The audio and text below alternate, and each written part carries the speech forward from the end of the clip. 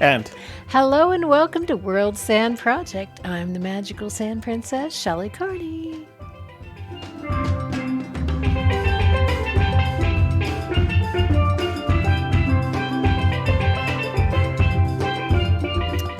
well, I hope you got the notification that we accidentally started streaming on a Gypsy's Kiss today, and that's just an old man problem. Ignore it. I'm Toby Younis, your moderator for today's show, and we will be covering a sand sample from the Great Sand Dunes National Park and Preserve.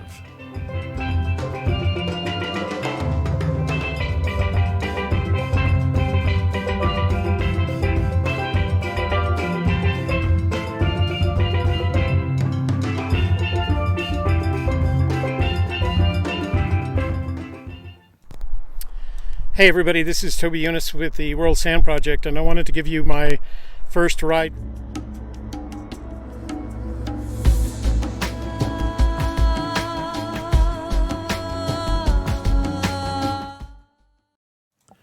Oh man, we are having an old man day Today. classic. Yeah, just gosh. Hello, everybody. How many more Thank mistakes? you for being here to check out our Old Man Day. So I'll try to make fewer mistakes to the rest of this program, but I'm going to start by doing. Housekeeping, you want towel? Housekeeping, you want towel? Maybe you want more than one towel. I'll come back. You know, I feel like I should start over again. We that started just over makes- twice now. Please, even though I can't seem to get through this show without making a bunch of mistakes, like this video, it is going to be informative. Share it because the Magical Sand Princess likes it when you like a video, as does YouTube. Share it with your family, your friends, your neighbors, your business associates, and the entirety of your social network so that we can Grow the channel. If you're not already a subscriber, ignore the first few minutes of this show and subscribe to the channel. And then when you see that notifications bell, ring the notifications bell so that way You can ring my whenever we launch a live stream, bell, you'll be informed and you can say to ring my yourself, bell. how much longer is it going to take to get this straight, So it was a weird day today. No, it wasn't a weird day. It was actually a fine day until we started the show. So as I mentioned, we are going to talk about a sand sample from the Great Sand Dunes National Monument and Preserve. I'm sorry, National Park and Preserve in Alamosa County. It actually is in two different counties, but primarily in Alamosa County, Colorado. We do have giveaways today, and we'll do that towards the end of the show. We're giving away two prizes today. One, a photograph of last week's sand sample, and another, a pendant containing some of last week's sand sample. So if you haven't already, go to last Wednesday's show. And that's last Wednesday. What's today? Today's the 29th, so that would be the 22nd. And make a comment. That's how you get into the, quote, raffle drawing, unquote. Last Wednesday's show, the show that we did on the 22nd, okay? And then towards the end of today's show, we'll do a drawing for both prizes, and then I'll show you the prizes for next week, all right? So let's get on with our World Sand Sample Project number 20. I'm going to switch over to the window shot so that you guys can see it. All right, and as I said, this is World Sand Project Sample 20, Great Sand Dunes National Park and Preserve, Alamosa County, Colorado. I'm going to show you about where that is on the map of the United States. It's in about this area, and coincidentally, if you remember our show from last week, that stretch of open plain is actually the Rio Grande Rift. So this is up near the top of the Rio Grande Rift. Oh. What? Oh. Nothing. What? Nothing. Okay. Did you have one of those moments? No, I was just thinking of the picture. Never mind. What? Keep No. moving on. Oh, I have to go back. Oh, okay, yeah. Oh, months. So this is, you can actually see it. This is, an altitude shot from Google Earth. It's right in this area right there. Now, the park itself, the total park and preserve is about 232 square miles. The actual mass of sand is about 30 square miles. So it's a pretty good sized park and preserve. The park is included, it includes the sand. The actual entry point is down on the east side west of the Sangre de Cristo Mountains. Now, these are the Sangre de Cristo Mountains. Let me go back here a little bit. On this side, you'll find the San Juan Mountains. And the San Juan Mountains were formed as a result of volcanic activity. The Sangre de Cristo Mountains on this side of the rift were formed as a result of tectonic action. And that continued tectonic action and volcanic activity produced the Rio Grande Rift that we've talked about in the past. So that's what it looks like from the air, and you can see the dunes are primarily pushed from the winds that come from the south and west in this direction. You can almost see that there. But interestingly, these are also the tallest sand dunes in North America. And the reason is during bad weather, the winds come from the north and east. So the combination of the southwest winds that push them this way and the combination of the north and east winds, am I doing that right? Yeah, from the northeast winds that push it this way have the effect of pushing the sand dunes to their peaks. So the tallest one is High Dune, and you can see it marked right down here. It's about 750 feet tall, and they are the tallest sand dunes in North America. But here we are again with our map of the Rio Grande Rift. You can see it starting way up here and going down into New Mexico. We're in the Albuquerque Basin. This is in the San Luis. I don't know how to say that in English. San St. Luis. Louis? No. They say San Luis, right? How do they say Yeah. the basin? How do Coloradoans say it? Oh, San you Luis. know Oh, yeah, them. no, They don't they like got to their try own to choice. speak any Spanish. Anyway, it's right up Probably here. San Luis. And San Luis. It's like what's Beaner Vista. Yeah, they beat that one up really good. So up here's the Rio Grande. It comes down into the rift. And what happened over the years, especially after the volcanic action that produced the San Juan Mountains nearly 1 million years ago, by the way, and over the next 400,000 years. About 400,000 years ago, a lake was formed, a deep lake from meltwaters right in this area here. It was called Lake Alameda. And it would ebb and flow. And then eventually it formed a crack down here in the bottom that flooded the Rio Grande River, and that created the Rio Grande Gorge down in New Mexico. So that it was a pretty good sized lake, and it was at its deepest 100 feet. So it was a lot of water, and that's what produced the Rio Grande Gorge as it flooded that. So that left this open plain kind of filled with sediment. The sediment dried, but after that, over the next say 390,000 years, that area would not fill as much as it did with Lake Alameda. It would form small lakes, and then they dry up as we went through these geologic time periods of heat and cold.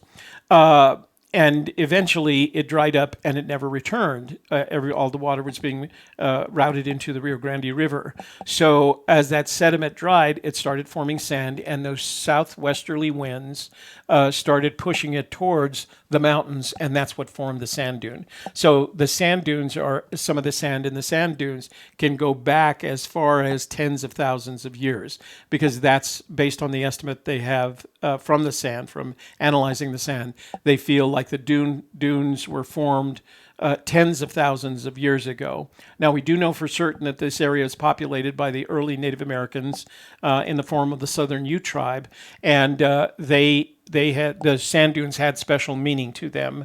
They referred to it as the place of the moving earth. And that was because the sand dunes were in constant motion. Now, it is unexpected that they'll disappear, that the sand will remain pretty much in the same location it is now for a good geological time period, because it continues to benefit from the southwest winds that push it towards the Sangre de Cristo Mountains, and the northeast winds that come as a result of bad weather that push it back. So it just kind of stays in the same place.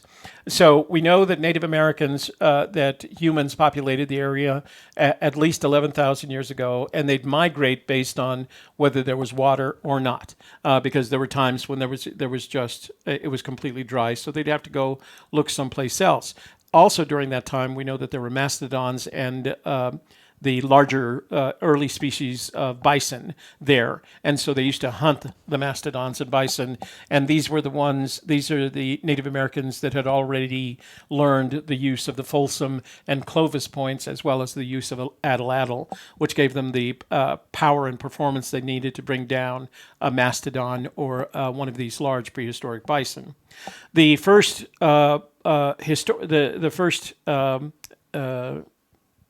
Europeans could have arrived as early as the 1500s because we knew there were sheep herders and hunters in northern New Mexico, Spanish sheep herders and hunters that could have made the travel up there.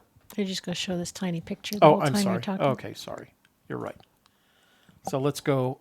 Well, let me mention a couple of other things.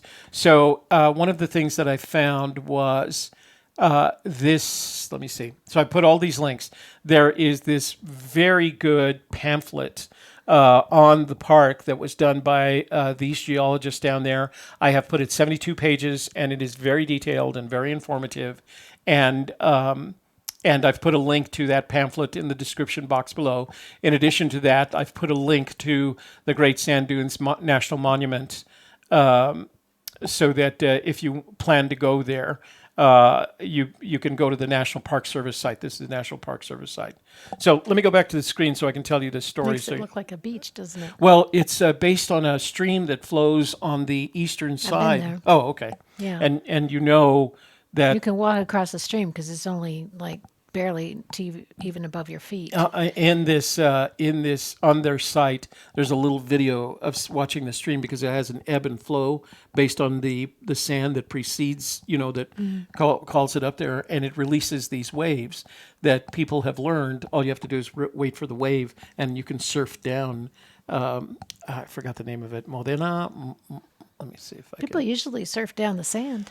Yeah, they do that. They do that as well. Yeah. So anyway, the point that I was going to make, the first Europeans that arrived there, short of the previously mentioned sheep herders and hunters, was a band of soldiers led by Capitan General. Let me see. I don't have this right. Governor General Don Diego de Vargas of the Villa Real del San Francisco de Assisi del Santa Fe and Nuevo Mexico. Don Diego de Vargas returned to New Mexico, Santa Fe, New Mexico, in the reconquest of the tribes in 1693. And he and some of his soldiers made a trip north because they had heard that there was bison available up here. And so they made a trip north to come bison hunting. Along with him on that trip, which took place in 1694, a year after he returned to Santa Fe, were two men. One was an officer, Capitan Juan Miguel Delgado, and one was a soldado primero, a primary soldier, and he was Diego Carlos Espinosa. Turns out that those two gentlemen are distant relatives of mine on my mother's side because my mother's side is Delgado and Espinosa. So they had joined Don Diego de Vargas on this trip north into this area, and he documented it in his journal, in his formal journal. Did you show this picture? Let me see. I didn't show. Gosh. Okay, so let me go back here. So this is the National Park Service site for the Great Sand Dunes National Park and Preserve. I've put that link in the description box below. This is the Great Sand Dunes National Park, Colorado geologic map. And there's actually a map, a poster-sized map that goes along with this, but it's referred to in this document several times. And there are pictures of it in the document. This is 72 pages total. And I was really impressed with the quality and the information value. I've put a link to that in the description box below as well. So let's go back to the photos. I wanted to tell you about that pamphlet. So you can download a PDF version of the pamphlet. You can print it out if you need the 72 pages, or you can order one from the National Park Service. There is a charge associated with it. These are some photographs of the park that were made by folks that have been in the area on Google. This one by, can you read that? I can't see it from here.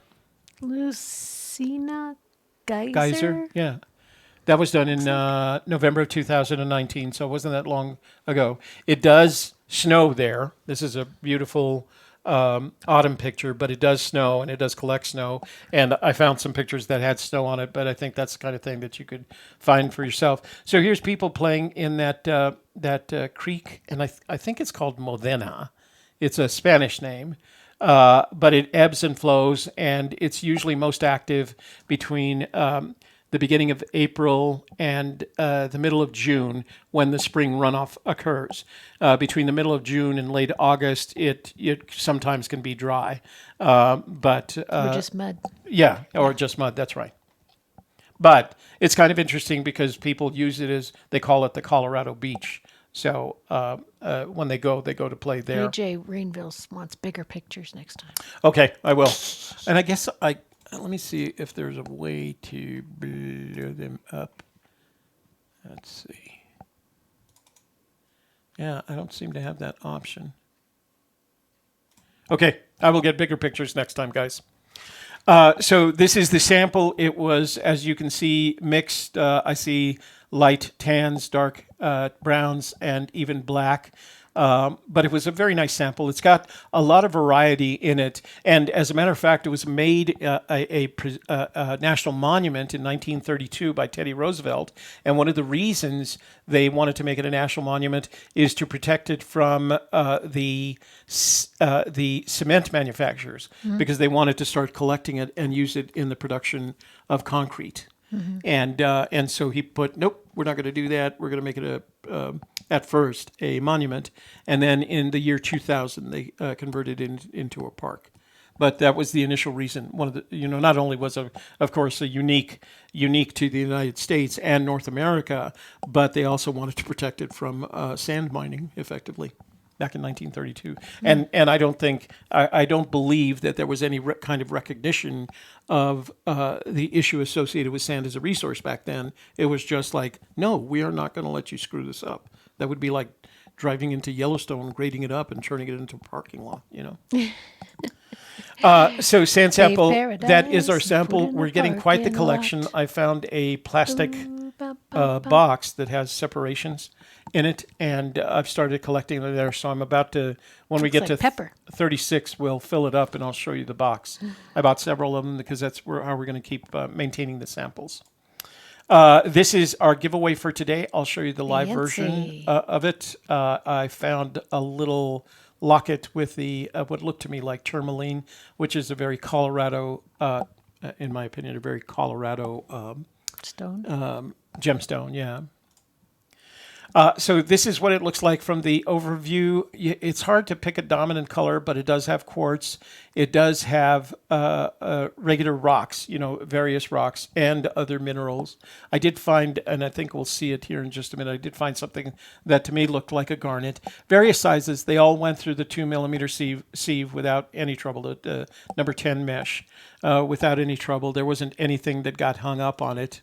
As I move in closer, again, you'll see a broad variety, and they are very smooth. There's no angular edges, and of course, that's the result of the play of the wind upon the sand as it tumbles and retumbles. And what happens with sand is it gets up to a certain height, it finds its own height, then it kind of tumbles down, and the wind blows it back. So that constant motion of the wind, certainly not as much as the water, because it was the sediment of that Lake Alameda and other smaller lakes that appeared. You can see that some of the rough edges on the quartz that we've seen in other samples don't appear here. They're pretty much smoothed out. And I've told you in the past, the reason that we can't use desert sand for construction is because it's too rounded. It's not sticky. It's like trying to build a house with marbles rather than trying to build a house with Legos. If you stack marbles, they don't stack. If you stack Legos, you get a stack of Legos,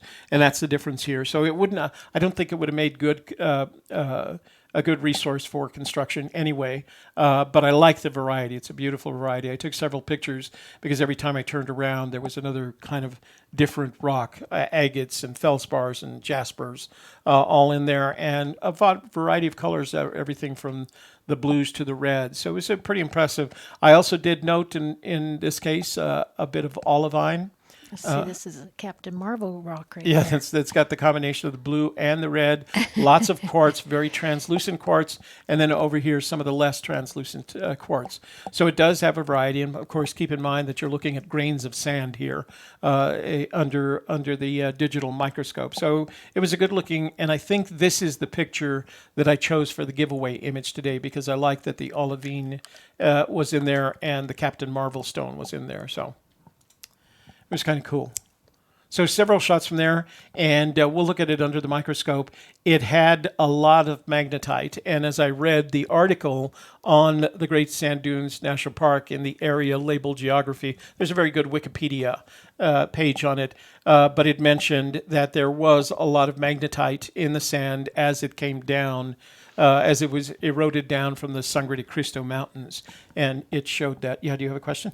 Brian Gates says, "Hello guys, I recently asked you about sending in sand samples, but I don't have pictures from my phone for one of the locations, but I know the area. Is that still okay to send?" Yes. And Brian, if we have to, we can get pictures from Google of almost any area. And we take advantage of that. So, you know what? I wanted to read this email and I forgot. But anyway, there is a lot of magnetite in the rock. Some of the smaller stuff you can see right here is actual magnetite. That's the one that sticks.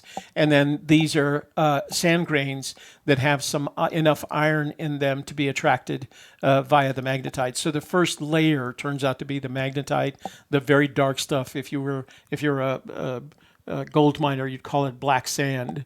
But if you ran a magnet through it, the first thing that would be collected is magnetite. And then what secondarily would be collected would be the stones that have some sort of enough iron in them to be attracted. And what I do when I drag it through the sample, I take a syringe, not a syringe, what are those bulbs called? Syringe bulb, right?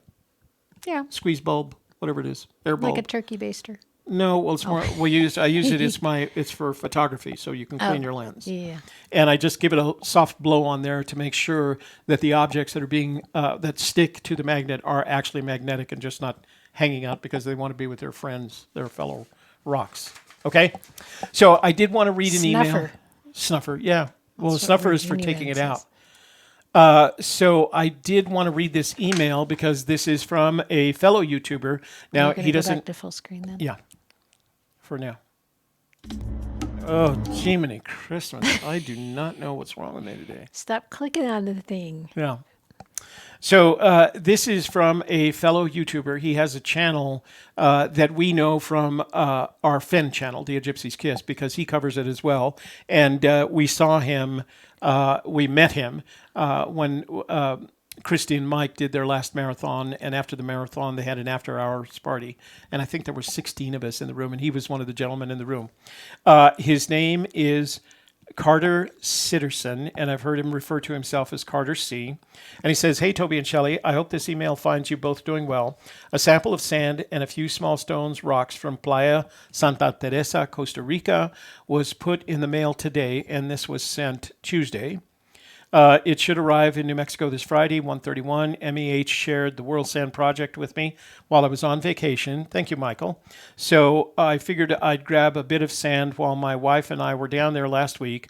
I've also attached 5 photos of the beach where I took the sample. Looking forward to hearing your analysis, and it will be glad to call whenever. Talk soon." So Carter, thank you very much for that. That was very kind, very thoughtful of you.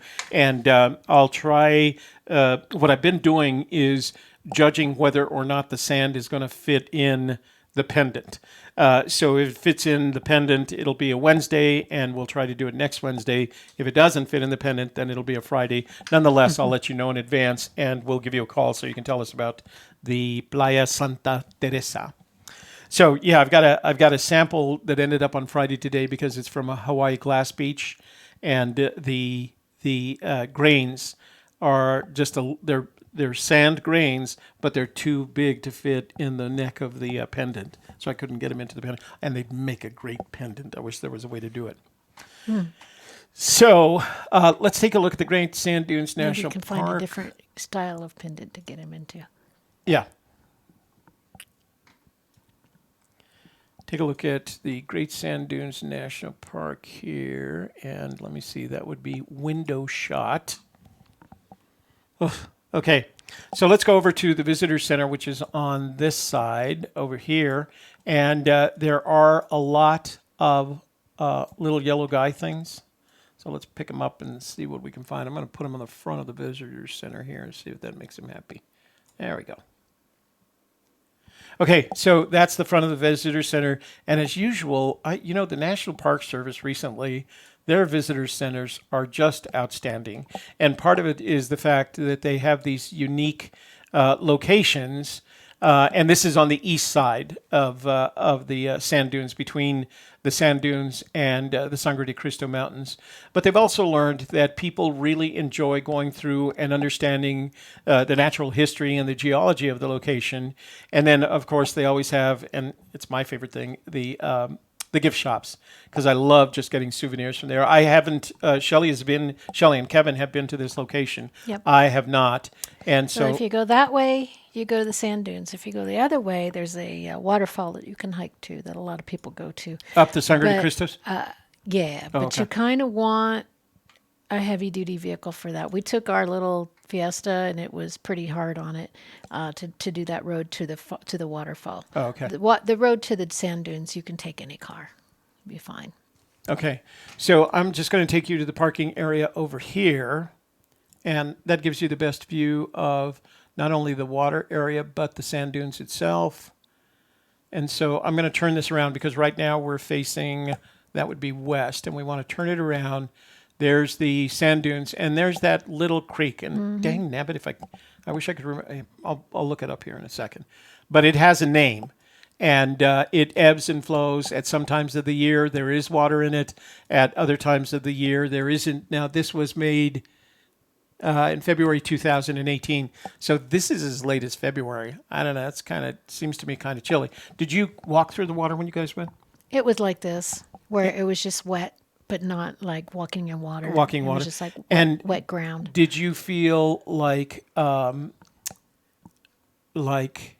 We were there in was it cold? August, Was the water I think, cold? Because it early is a August. spring melt off, right? Well, it was early August, Oh, okay. All right. Yeah, by that time. and it's not deep at all. I mean, in any spot, it's not going to be deep water, so it's going to warm up pretty fast. So I thought I saw one up on top of the Great Dune itself. Let me see.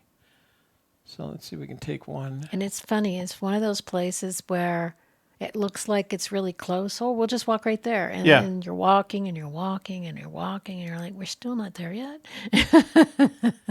Well, both the Native Americans and the Spanish would climb to the top of the Great Dune, which is the one that's 750 miles long or high, and they would use it for spotting wild game, and then they'd head in that direction.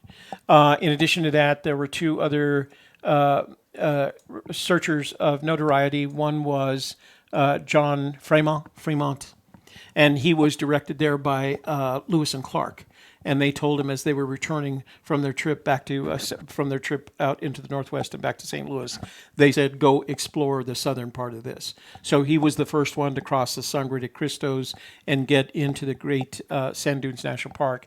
And then the other person was Zebulon Pike, who was a lieutenant in the Army Corps of Exploring Engineers, something like that, and after whom Pikes Peak is named. And he did the same thing. He crossed the Sangre de Cristos. There was concern that they couldn't be crossed. He crossed and came upon the Great Sand Dunes and made a note of them in his journal. So they are great, and they are sand dunes. They don't get any better description than that. So let's go over to the microscopes, and we're going to start with the stereo microscope first. And that's the full frame shot. And you can see classic sand grains of a variety of colors from, the clear, the translucent quartz grains to some of the mineral base rocks, red and blue. You can see the magnetite when we zoom in on it. There's one right there. So you'll see some of the magnetite as well. And I'm not enough of a geologist or rock hound enough to describe each one of them, but to me, these have, the ones that have I multiple don't think stripes. it's 750 miles high. I think Oh. that was feet, wasn't it? Yeah, 750 feet high. I'm sorry if I said miles. I tried to correct myself. I think I did say miles, and then I corrected myself. So let's zoom in on it and take a look. So here comes the roller coaster ride view. And take a look at what we have under the microscope. I'm going to zoom in just a little bit further. And I feel like I don't have any guarantees, of course, but if you look at this stone right here, that within the stone I don't has... think they can see it there. Oops. They can't see it? What do you mean they You can't? have to point over here on this screen. Oh, you're right. So this, to me, has some translucence to it. So we may find a garnet there. The quartz is very smoothed and round with rounded corners. So it's had a lot of wear and tear on it. Corey And- says, would you be able to see little raw diamonds if they were in a sample? If they were in a sample, yes. The problem is that I wouldn't know it. I don't know enough about the difference between what I see here in quartz. I assume these are quartz samples in here, Corey. If they were diamonds, I wouldn't know it. And of course, I'd be surprised because diamonds usually come from volcanic. Well, now that you think about it. So if you go back through the history of the San Juans, they were formed as a result of volcanic activity. It's volcanoes through their action that bring the diamonds up from the ground. They're actually produced in the ground under pressure and heat, but volcanoes bring them to the surface.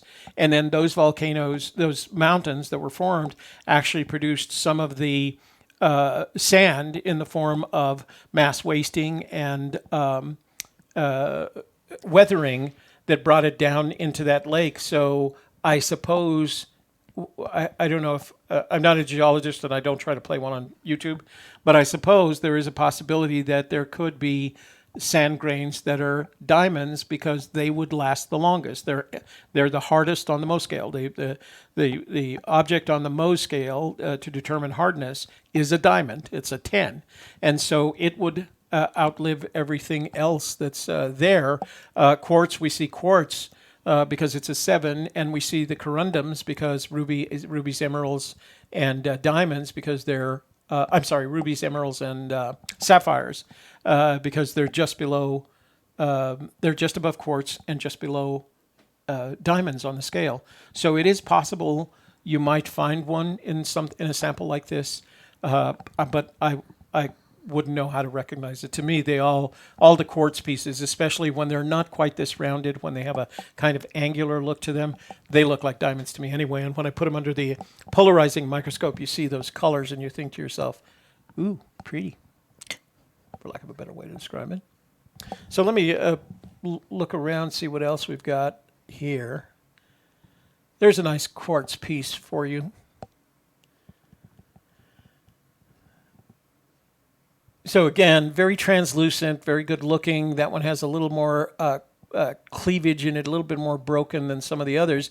But then you zoom in on some of these other stones, and there's jaspers and agates and feldspars. There's just all kinds of real mix of material here. And that small one, right, let me focus on that. So here's an interesting...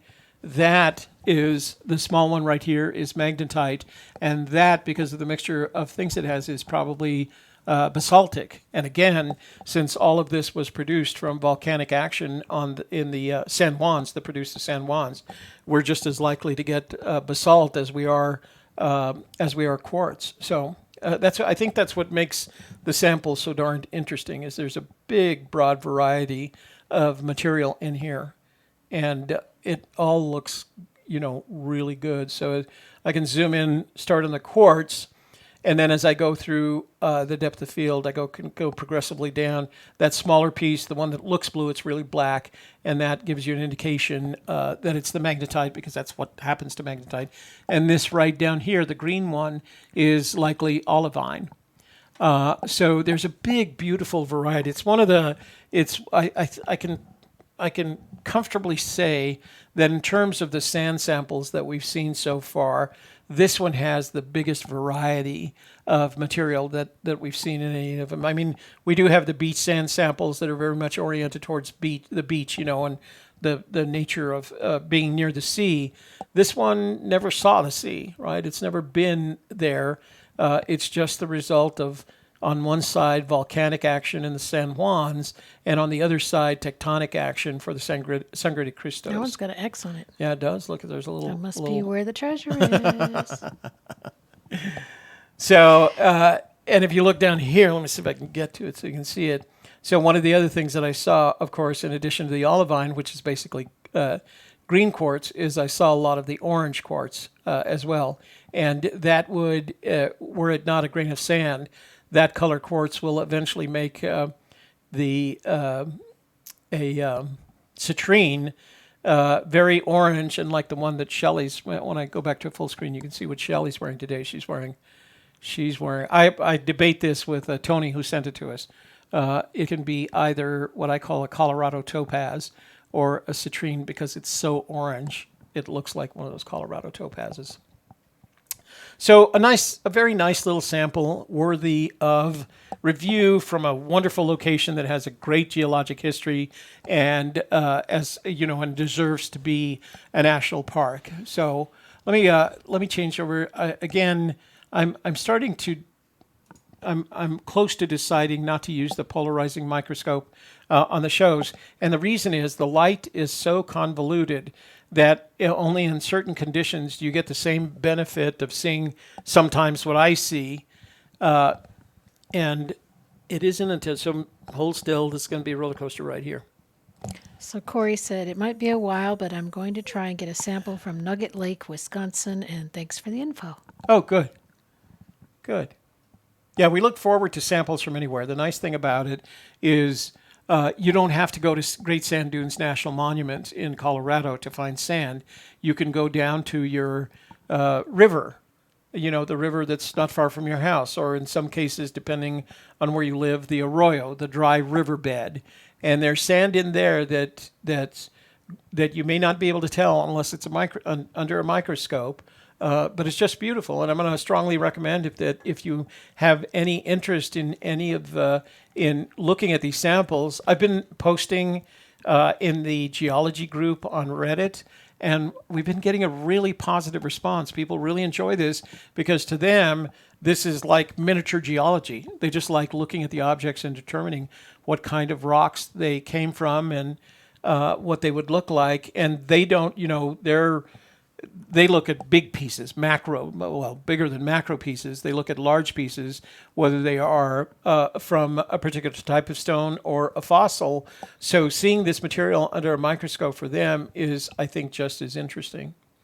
So you can see that there's a lot of color in the granite, in the quartz, and a lot of, especially these that have been, so you can see that one, of course, has some cleavage and it's been broken up a little Corey bit. said Nugget Lake is either a meteorite impact or a collapsed volcanic tube. I'd really love to see it under the microscope. Oh, that would be either way. Either way, it would be a lot of fun because the characteristics, especially under a microscope, of each of those, either a collapsed volcanic tube or a meteorite strike, we should be able to tell that under a microscope just based on the small. So you about ready to do our giveaway? Yeah. We better do that real quick, huh?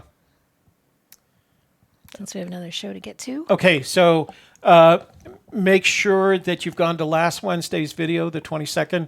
Make a comment so that you qualify for today's giveaway. I'm going to show, so you have about a minute before we do that.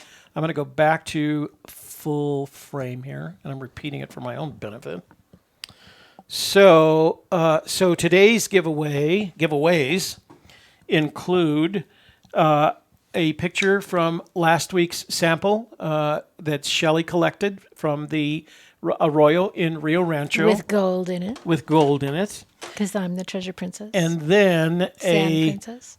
Sample in a pendant from that collection. And this one has I think it has a red, kind of a ruby red color. Swarovski crystal in the So if you want to stamp your initial on it, I guess I'm going to have to get some initial stamps. Some of those stamps that you bang the initial on. Okay, so go make your comment because I am going to go over there right now. So let's see, I've got to go here and then to Video Manager. Okay. The House Husband Diaries. How did you two get the idea to start this project? That's Carter. Carter, I don't know whether you watched this, but we read your email, and we wanted to thank you for collecting that sand in, Playa Santa Teresa in Costa Rica, and we look forward to receiving it. So we read your email earlier in the show today. How'd you get the idea for the channel? So I was goofing. The short version? Short version. I was goofing around on YouTube one day, and I was presented a TEDx. I like looking at TEDx talks, and I was presented a TEDx talk by Vince Beiser, who wrote the book on the problem with sand in the world. And I took an interest in it, and I haven't done anything that was, I would call, environmentally active since I did the stories of the spill about the Santa Barbara oil spill. And I thought, you know what? So I started looking for sand on YouTube, and there were several people that had shown sand under the microscope, and I thought, my God, how beautiful is that? And so I decided to start a show about it. And the show is really about the problem that we have with sand as a resource, because we're using more sand than we're actually, that the planet has the ability to replenish, and we're going to run out eventually. And the best, I just heard a citation that I heard yesterday, and that is every baby that's born today comes with a credit slip for 500 tons of sand. That's how much sand will be used as a result of that individual's life. So we're using it more than we would replenish it. So we're going to have to find some alternatives. Yeah. Okay. So let's go there. We're garbage and plastic and select that video right there. So that's last Wednesday's video. Go and make a comment right now because we're on our way. We're going to copy the link. We are going to go to, I don't have to go back there. We're going to go to commentpicker.com. Comment. It's not, I used to do commentpicker.com. YouTube. And we're going to pick the YouTube tools somewhere, the YouTube random comment picker. Okay, so here we go. And there are 10 unique users. Wow, good winners. Okay, so let's see who wins. 2 people get to win out of the 10? Yeah, two win. Yeah, so we'll we want to make sure that we don't give both prizes away to the same person. So we'll use 2 different drawings. So the first drawing now what if they've is won for, in the past? Can they win again? JK Pioneer. He has won in the past. So does he get to win or no? That's a good question. We didn't make any rules. Well, we did make rules. Yeah, you did last week. You talked about it. What did I say? I don't know. I don't remember. Corey gave it back. So Corey gave it back. We didn't have the problem. I think that's what we did. I think we decided that if you had already won one of the prizes, we would draw again. Now, when you have 10, we might have to do this a whole bunch of times. So I'm going to pick another winner for the prize, okay? JK Pioneer, I hope you're not offended by that. We'll just, we want these to go to as many people as possible. Yeah. So let's pick somebody else. It's probably going to be Corey. Watch. That's the Debbie Teal. That's a new name. winner. Okay, Yay. Debbie, you've won the picture of the Arroyo and Rio Rancho sand. Now, this one's for the pendant. And again, if you won before, you can't win again. All right? So let's pick another winner and see who that is. So we'd like to spread these out. JK Pioneer. It's just that we don't have enough people commenting. So let's see. Let's see. Deborah Jensen. It's Debbie Day. Okay. So Deborah and Debbie. You better write that down so we don't forget. You got it? Here, put it on here so I don't forget. Debbie Teal and Deborah Jensen. So Deborah Jensen, you win the Rio Rancho Arroyo Sand Pendant. And Debbie Teal, you win the image. Do me a favor and send your shipping address to the worldsandproject at gmail.com. And if you send them today, I'll get them out this weekend, okay? Here's the giveaways for next week. And they, of course, include a photo of under the microscope of today's sand sample from the Great Sand Dunes National Park and Preserve. The photo, of course, is shot by me. It's on 4x6 dye sublimation and glossy paper, so it has very long life, and it's matted and framed. And my signature is down here. So, and that's a one-time photo that will never be reproduced and given away again. So it's yours, and it's one of one. And then, of course, I've done the sand pendant from the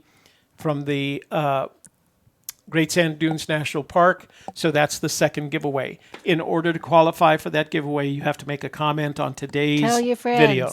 And tell your friends to do it. We'll mention Yeah. it. We'll mention it on AGK tonight so that we can have more. But as long as we have 10, we're going to keep it. And you're the same guys that come and visit it each time. We're going to get 10. So as I mentioned before, for Carter, I will let you know in advance of the day. It is likely, depending on the whether or not it makes it through the mesh, it'll be a Wednesday or Friday, and I'll give you enough warning so that if you'd like to join us on the show with a call, we'll have you call in and you can tell us about your trip to Playa Santa Teresa. My daughter went on her birthday vacation. They're going to Spain, France, and then to Marrakesh. And I made her promise me that she was going to get. And then I spoke to her boyfriend and I made him promise. And we recorded both calls. Yeah, we recorded both calls. It was actually a business call. So I made them both promise that they would do that. Okay? So we got prize giveaways. Debbie and Deborah, make sure you send me an email with your shipping address so I can get these out to you. And I hope no one was offended that we re-gave these away because... No, JK said, spin again. Okay, good. So I think that's kind of, if you've already won a prize, we'll spin again. And so Corey somebody can said, I didn't even comment this week, and that was a challenge. Well, feel free to comment. If we have to spin again, we have to spin again. Okay? So let's see. Lucas says, hey, I hope this isn't a stupid question, but I was just wondering how big a sand sample should be if we want to send one in. Lucas, if it's 2 teaspoons full in a small plastic bag, that would be plenty. Even 1 teaspoonful is enough to take a look at under the microscope, but you don't need to collect a whole bottle. And there is a video on this channel that tells you exactly how to do it, except that we tell you to put 2 stamps on it, and it really wasn't enough postage. So make sure you weigh it for postage. So I'm going to spill this all over everything. So it needs to be big enough to fit in that small quartz crucible. I mean, it literally less than a teaspoonful. A teaspoonful would be enough. A tablespoonful would be more than enough. And then put that in a small plastic bag and take a look at that video that Shelley referred to, and that'll explain to you exactly how to package it and send it, collect it, package it, and send it. And... Hey, everybody. Thanks for being here today. We appreciate you and enjoy your chat, your questions, and your emails as well. Thanks to our winners, Debbie and Deborah. And make sure you send us your physical address so we can send you your prizes. And that's to worldsandproject@gmail.com. Yeah, send them there, and I'll get them out this weekend, okay? Mm-hmm. Thanks for joining us today. We look forward to seeing you later this afternoon, in 10 minutes, actually, on the softer side. And then, of course, at 7 o'clock on A Gypsy's Kiss. And Carter, thanks for collecting that sample for us. We look forward to... seeing that on the World Sand channel. Carter does have his own YouTube channel, and I'll make sure I put a link to it in the description box so you can go visit his YouTube channel. It's called the House Husband Diaries. Yeah.